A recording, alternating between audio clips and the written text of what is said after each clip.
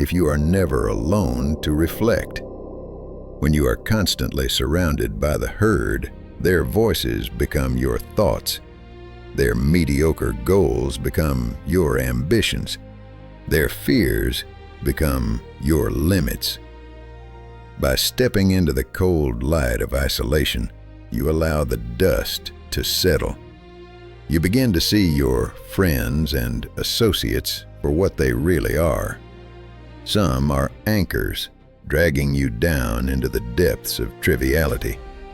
Others are vampires, feeding on your energy because they cannot generate their own.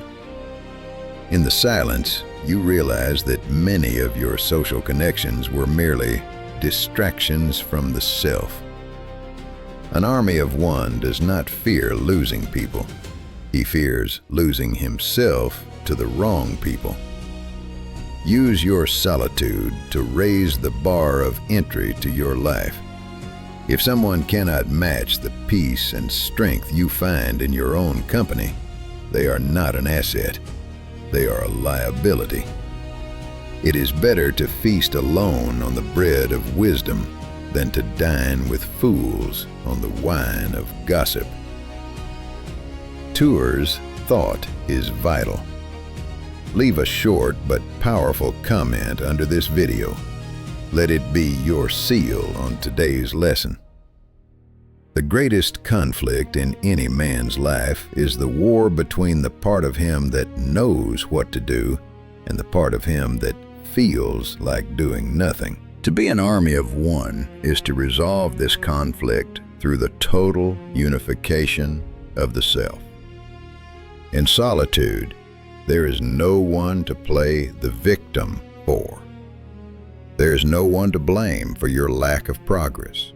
You are both the general who gives the order and the private who must execute it. If the order is not followed, the failure is yours alone. This absolute accountability is what transforms a person into a force. The Stoic practices what is called continence, the ability to hold oneself in. When you are alone, you train the soldier within you to obey the general, your reason. You tell yourself to work, and you work. You tell yourself to endure hunger, and you endure. You tell yourself to face a hard truth, and you do not blink.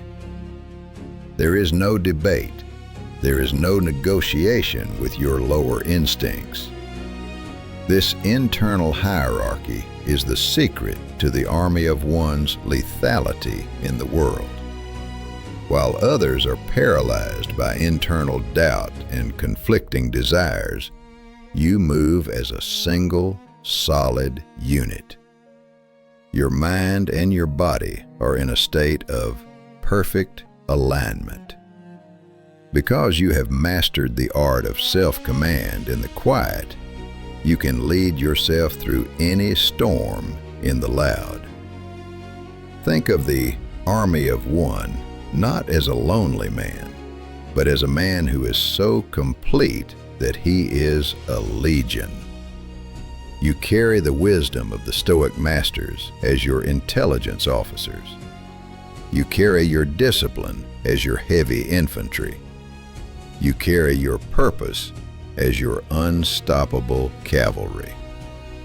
When you walk into the world, you are not just one person. You are a mobilized empire of intent.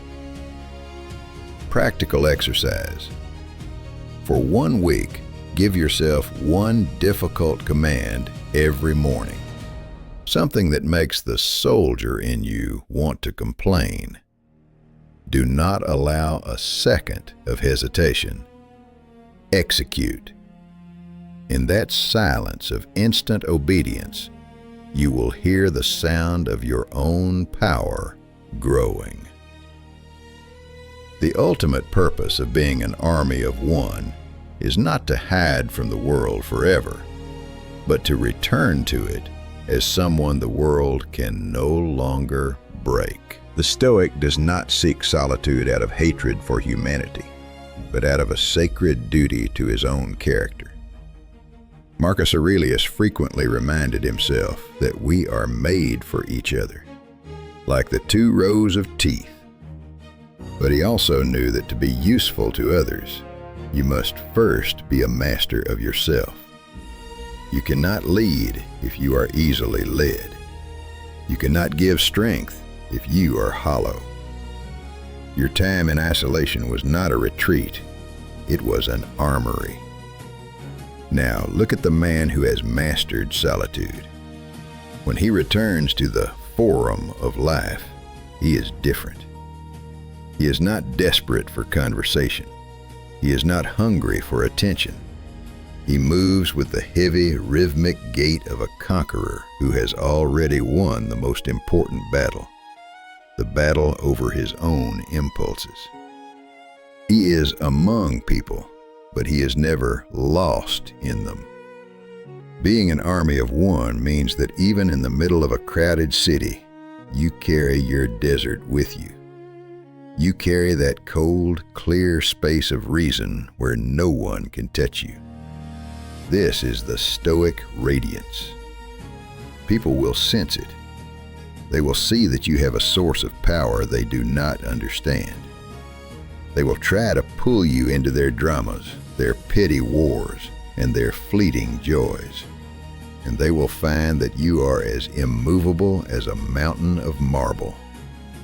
Your solitude has given you the ultimate weapon, the power to walk away. Because you know you can survive and thrive in the void, you are no longer a hostage to any situation, any job, or any person. This is the final victory of the army of one. You are the only person on this earth who can never be truly alone, because you have finally become a man worth living with. The journey of the army of one is a lonely path, but it is the only one that leads to true sovereignty. We have dismantled the fear of the void. We have built the inner citadel. We have learned to use solitude as a filter, a forge, and a strategic advantage. You have seen how Marcus Aurelius, Seneca, and Epictetus turned their isolation into a monument that has outlasted empires of stone. But remember, a script is just a collection of ink and breath. It is a map, not the territory. The true army of one is not found in a video. He is found in the decisions you make when the screen goes dark and the silence of your room settles around you.